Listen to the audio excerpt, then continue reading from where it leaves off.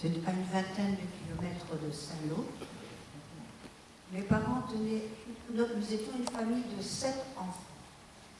Mes parents tenaient un commerce dans le bourg de Rémilly.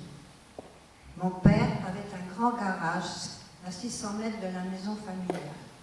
Il rangeait son camion Citroën gazogène aux phares masqués qui servaient à ravitailler les habitants de Rémilly. Pourquoi les phares masqués? Parce qu'il ne fallait pas trop qu'on puisse voir la circulation de mon père qui faisait ses allées et venues.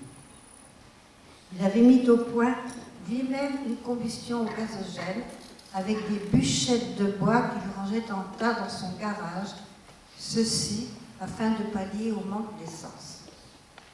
Il l'utilisait également pour stocker sa marchandise, de l'engrais, de la farine, du sucre, de la glu pour faire le cidre qu'il se procurait en prenant des risques.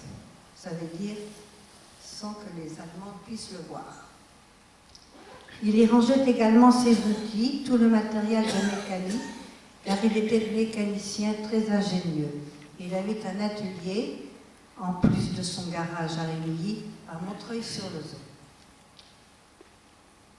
Petite fille, née en juillet 1941, j'ai vécu l'occupation allemande dont la plupart, une quarantaine de soldats, vivaient chez ma grand-mère.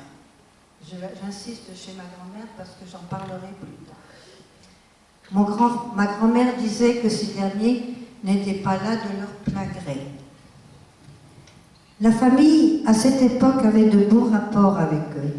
Certains venaient écouter la radio avec ma grand-mère, d'autres demandaient à jouer du piano chez mes parents.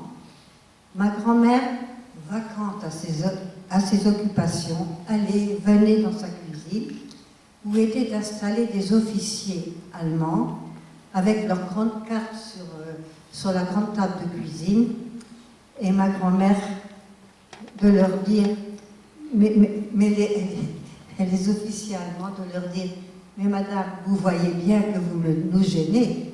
Elle faisait ses allées et venues exprès. Le 20 octobre 1942, c'est alors que durant une visite à notre grand-mère, mon frère Georges, de 2 ans, que l'on appelait petit Georges, un blondinet rayonnant de santé, paniqué par les manœuvres des soldats et la présence des camions et Dodge dans la cour, a voulu se frayer un chemin et tomber dans la grande mare où il s'est noyé. Des soldats allemands présents ont essayé de le réanimer car il était trop tard. Mais il est très tard. Ce fut le premier drame familial. Les mois passant, à l'approche du débarquement, les relations de certains soldats se rigidifièrent. Durant la guerre, mon père était affilié à un réseau de résistants appelé OCM, Organisation civile et militaire, qui opérait en zone occupée en liaison avec Londres. Quand je dis avec Londres, c'est le plus souvent, c'était avec des pigeons voyageurs. Il s'est distingué dans plusieurs faits de résistance dont il fut reconnu suite à notre demande 71 ans après.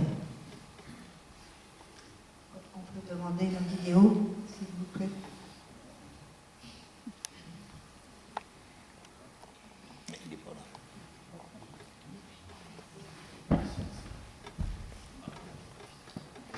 Il doit y avoir. Non ? Vous voulez quoi ?